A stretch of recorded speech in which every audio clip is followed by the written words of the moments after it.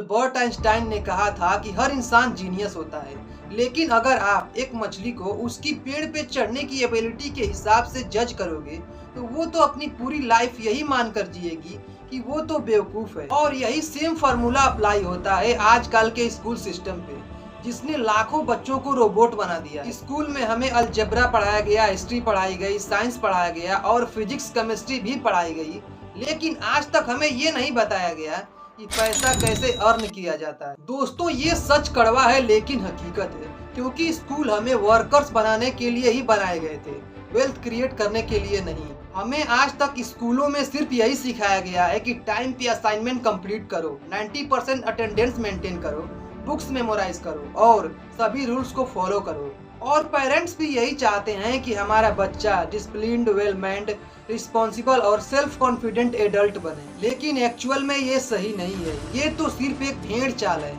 आज आप खुद अपने आसपास देखिए कि कितने हाईली एजुकेटेड लोग जो सैलरी के बाद भी स्ट्रगल कर रहे हैं, और कई एवरेज स्टूडेंट बिजनेस से, यूट्यूब से और फ्रीलांसिंग से करोड़ों रुपए कमा रहे हैं। स्कूल ने तो हमें कभी ये बताया ही नहीं कि बिजनेस क्या होता है, फ्रीलांसिंग क्या होती है और साइड इनकम क्या होता है। मैं आपको एक चीज बता दूं कि मार्क्स और मनी का डायरेक्ट कनेक्शन नहीं होता है। आप 90% तो ला सकते हैं, लेकिन एंड ऑफ मंथ में आपका बैलेंस 0 ही बचेगा। क्यों? क्योंकि पैसा कमाना एक स्किल है, पैसा संभालना एक स्किल है और पैसा बढ़ाना भी एक स्किल है। 2026-27 के बजट में उनके लिए खुशखबरी है जो वीडियो एडिटिंग में अपना करियर बनाना चाहते हैं, क्योंकि जिस काम को करने में घर वालों से गालियां सुननी पड़ती थी कि दिन भर वीडियो बनाता रहता है, इससे क्या ही मिलेगा, और दोस्त उसको छपरी बुलाते थे, लेकिन अब वही काम गवर्नमेंट खुद सिखाएगी। India's animation, visual effects, gaming and comics sector is a growing industry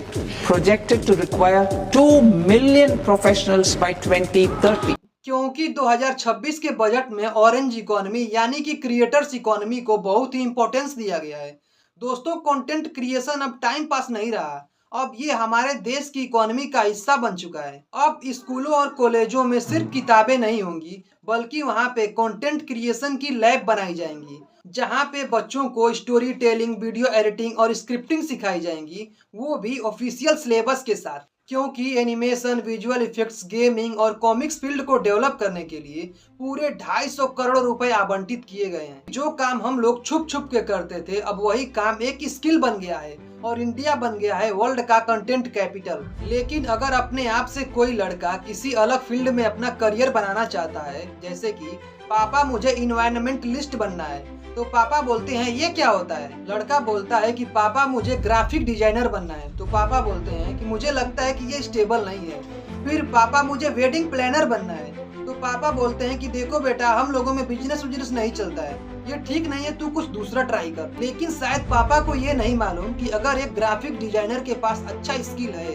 तो वो सिर्फ वीडियो एडिटिंग करके महीने का 70 से 80 हजार रुपए आराम से कमा सकता है। पिछले 10 सालों में करीब 22 करोड़ एप्लीकेशन अप्लाई करी गई थी गवर्नमेंट जॉब के लिए, जिसमें से सिर्फ 7,22,000 ही नौकरियां अवेलेबल थी। ये रेशियो है 1:300 का, यानी कि अगर किसी जॉब के लिए 300 एप्लीकेशन अप्लाई करी गई है तो उसमें से सिर्फ एक लड़के को ही गवर्नमेंट जॉब मिलेगी। फाइनल ईयर कंप्लीट होने के बाद हर स्टूडेंट यही सोचता है कि अब तो मुझे एक ग्रेजुएशन डिग्री मिल गई है, अब मुझे एक अच्छी सी जॉब लगेगी और जॉब के पैसों से मैं एक बड़ा सा घर खरीदूंगा, फिर अपने माँ बाप की सेवा करूंगा, एक कार खरीदूंगा, फिर शादी करूंगा और उसके बाद अपने बच्चों को एक अच्छे स्कूल में एडमिट करूंगा। उसके बाद तो अपनी लाइफ सेट है। इतना सारा सपना आप लोग सजा लेते हैं, लेकिन मेरे दोस्त, कहानी तो अब शुरू होती है। ग्रेजुएशन के बाद कई जगह इंटरव्यू से रिजेक्ट होने पर आपको एहसास होता है कि अब तो मुझे जॉब नहीं मिल रही है, और खुद को आप कोसने लगते हो कि यार मैं तो सच में यूजलेस हूँ, मुझसे कुछ नहीं हो रहा है,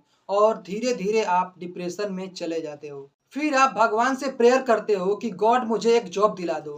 किसी तरह जॉब लग भी जाती है, लेकिन उसकी सैलरी बहुत कम रहती है। फिर आप एक लोन पे घर खरीद लेते हो और घर के साथ साथ आप एक लोन पे कार भी खरीद लेते हो, और इतना सब कुछ करने के बाद आप खुद को चारों तरफ से बांध लेते हो। अब हर वक्त आपको ये डर सताता रहता है कि कहीं ये जॉब न चली जाए तो मैं घर के खर्चे कैसे मैनेज करूंगा। उधर होम लोन और कार की ईएमआई चल रही है, फिर उधर बच्चों के स्कूल का फीस भी देना है। अब आप इन्हीं सब चीजों में ही उलझ जाते हो और आपको ये सब नॉर्मल लगने लगता है। फिर धीरे धीरे आप बूढ़े हो जाते हो तब आपको रियलाइज होता है कि शायद मैं अनलकी था, इसलिए कुछ बड़ा नहीं कर पाया।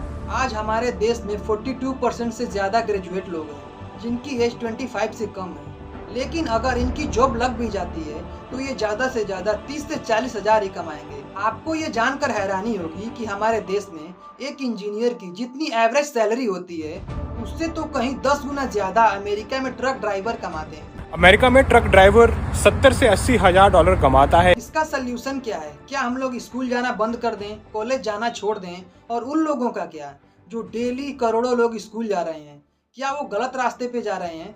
No, let me explain. आज आप खुद से एक सवाल पूछो कि who created the education system and why. जिस टाइम इस सिस्टम को बिल्ड किया जा रहा था उस टाइम पे इस वर्ल्ड को मिलियंस में वर्कर्स की जरूरत थी। कल भी इस सिस्टम को फॉलो करके कितने लोग मर गए, न ही खुद के लिए कुछ कर पाए और न ही अपने बच्चों के लिए विरासत छोड़ गए। बस वही सैलरी वाला गेम चलता रहा कि हर महीने के अंत में सैलरी आएगी सैलरी आएगी। अपने सेल्फ रिस्पेक्ट को दाव पे लगाकर कंपनी के सुपीरियर से चुपचाप गालियां सुनते जा रहे हो, चाहे वो काम आपको पसंद है या नहीं। हम लोगों को खुद से ऑप्शन क्रिएट करना होगा जिसमें रियलिटी को हम लोग एक्सेप्ट ना करें और खुद से नया करियर ऑप्शन चूज करें। हम खुद ही एक्सप्लोर करेंगे कि हमें क्या क्या करना चाहिए, क्या क्या पॉसिबल एथिकल तरीका है मन चाहा पैसा कमाने का। अब हमें ऐसे ग्रेजुएट कॉलेज की जरूरत नहीं है जिसका एंड ऑफ गोल सिर्फ गवर्नमेंट जॉब हो, क्योंकि मेरे दोस्त अब टाइम चेंज हो चुका है। क्योंकि जिस चीज को सीखने के लिए हमें लाखों रुपए फीस देनी पड़ती थी और कई साल अपना समय बर्बाद करना पड़ता था, अब वही चीज हम लोग ऑनलाइन सीख सकते हैं, और वो भी उस पर्सन से जो उस स्किल को सीख करके कुछ बड़ा अचीव किया हो, न कि उससे जिसकी नॉलेज सिर्फ एक थ्योरी तक ही सीमित हो। और अगर आप एक पेरेंट्स हैं तो आप अपने बच्चों को स्कूल भेजिए, कॉलेज भेजिए, लेकिन आप मार्कशीट को उतना इम्पोर्टेंस न दीजिए, क्योंकि a paper sheet can not decide your children future. इस दुनिया में करने के लिए बहुत सी चीजें हैं, और अगर आपका बच्चा एग्जाम्स में कम नंबर्स लाता है तो आप उस पर चिल्लाइए मत। ये भी तो हो सकता है कि आपका बच्चा कुछ नया स्किल सीख रहा हो, तो आप अपने बच्चे को नया सीखने के लिए मोटिवेट कीजिए और उसके पीछे खड़े रहिए।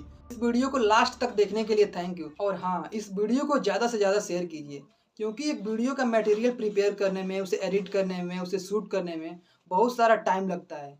So please guys, share this video.